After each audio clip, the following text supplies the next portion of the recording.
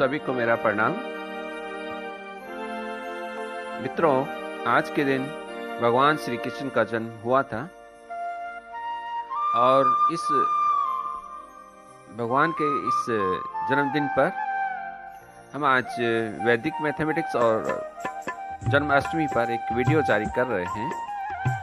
कृपया इसको ध्यान से देखेंगे। भगवान श्री कृष्ण सभी 16 कलाओं के ज्ञाता हैं। आप जानते हैं कि वैदिक गणित के भी 16 सूत्र हैं और चंद्रमा की 16 कलाएं होती हैं। 16 श्रृंगार के बारे में भी आपने सुना होगा। आखिर ये 16 कलाएं क्या हैं? उपनिषदों के अनुसार 16 कलाओं के युक्त व्यक्ति ईश्वर तुल्य होता है। आपने सुना होगा कि कुंती, सुमति, विकसित, मूढ़, क्षित, मूर्छित, जागृत, चैतन्य, अचेत आदि ऐसे शब्दों को जिनका संबंध हमारे मन और मस्तिष्क से होता है, तो व्यक्ति मन और मस्तिष्क से अलग रहकर बोध करने लगता है। वहीं 16 कलाओं में गति कर सकता है। उपरोक्त चंद्रमा के प्रकाश की 16 अवस्थाएं हैं।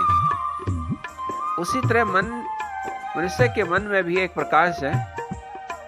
मन को चंद्रमा के समान ही माना गया है, जिसकी अवस्था घटती और बढ़ती रहती है। चंद्र की इन 16 अवस्थाओं से 16 कला का चलन हुआ।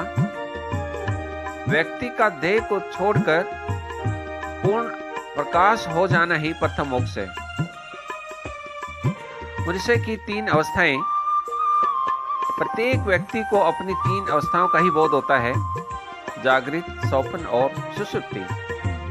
क्या आप इन 3 अवस्थाओं के अलावा कोई चौथी अवस्था जानते हैं? अगर 3 सूत्रों वाला है, एक स्थूल जगत जिनकी अनुभूति जागृत अवस्था में होती है, दूसरा सूक्ष्म जगत जिसका स्वप्न में अनुभव करते हैं, और तीसरा कारण जगत जिसकी अनुभूति सुषुप्ति में होती है। तीनों अवस्थाओं में आगे 16 कलाओं का अर्थ संपूर्ण बोधपूर्ण ज्ञान से है।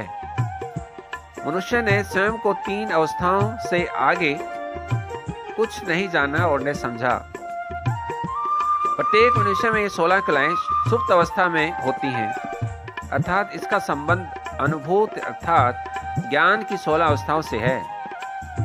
जो आपके मित्रों वैदिक गणित के 16 सूत्र हैं, ये सूत्र केवल गणना का काम नहीं करेंगे। ये सुप्त अवस्था में से जागृत अवस्था पैदा करेंगे। इन 16 कलाओं के नाम अलग अलग ग्रंथों में भिन्न भिन्न मिलते हैं। श्री धन संपदा प्रथम कला के रूप में धन संपदा को स्थान दिया गया।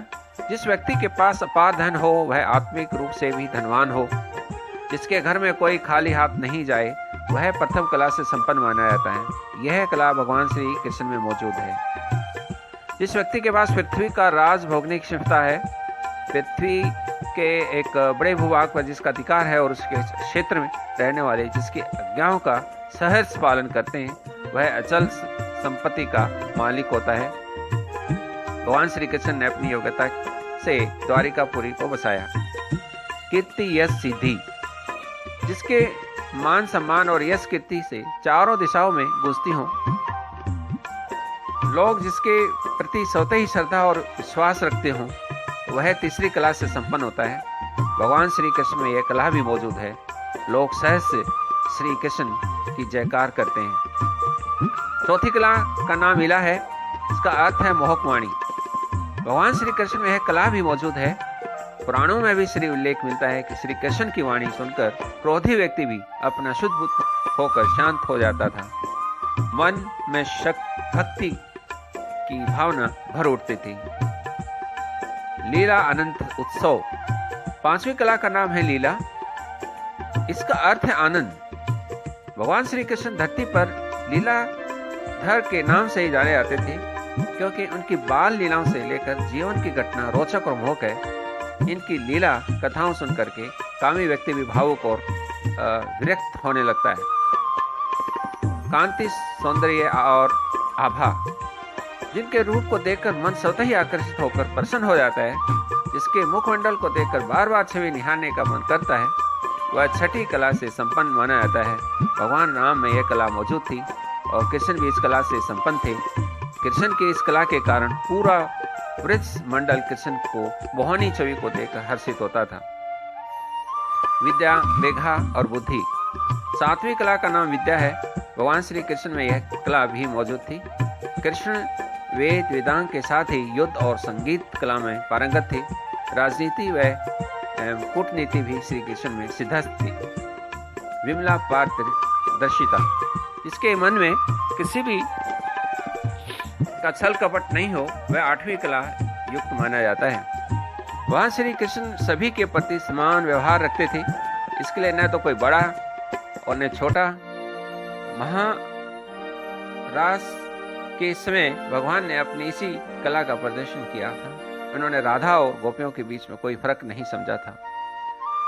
उत्कर्षिणी और प्रेरणा और नियोजन, महाभारत के युद्ध के समय श्री कृष्ण ने 9वीं कला का परिचय देते हुए युद्ध के विमुख अर्जुन के युद्ध के लिए प्रेरित किया और अधर्म पर धर्म की विजय पताका लहराई।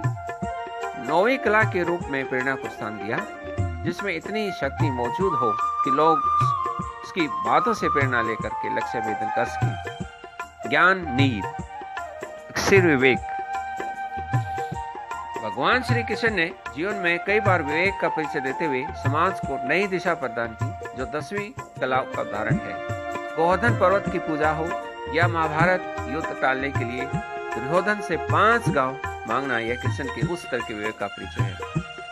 क्रिया कर्मणता, 11वीं कला के रूप में क्रिया को स्थान प्राप्त है। भगवान श्री कृष्ण इस कला में भी संपन्न थे। जिनकी इच्छा मात्र से दुनिया का हर काम हो सकता था, वह कृष्ण सामान्य मनुष्य की तरह कर्म करते हैं और लोगों को कर्म की प्रेरणा देते हैं। महाभारत युद्ध में श्री कृष्ण ने भले ही हाथों में हथियार लेकर युद्ध नहीं किया, लेकिन अर्जुन के साथी बनकर के युद्ध का संचालन किया। योग चित्तलय, जिन का मन केंद्रित है, जिन्होंने अपने मन को आत्मा में लीन कर लिया है, वह 12वीं कला में संपन्न श्री कृष्ण है। इसलिए श्री कृष्ण योगेश्वर भी कहलाते हैं। कृष्ण उच्च कोटि के योगी थे। अपने योग बल से ही श्री कृष्ण ने ब्रह्मास्त्र के प्रहार से माता के गर्भ में पल रहे प्रसिद्ध की रक्षा की। प्रहवी अत्यंतिक विनय, 13वीं कला का नाम है प्रहवी। इसका अर्थ विनय होता है। भगवान श्री कृष्ण संपूर्ण जगत के स्वामी हैं। संपूर्ण सृष्टि का संचलन इनके हाथों में है, फिर भी इनमें कर्ता का अहंकार नहीं है। ग्रीव सुदामा को मित्र बनाकर छाती से लगा लेते हैं। महाभारत युद्ध में विजय का श्रेय पांडवों को दे देते हैं।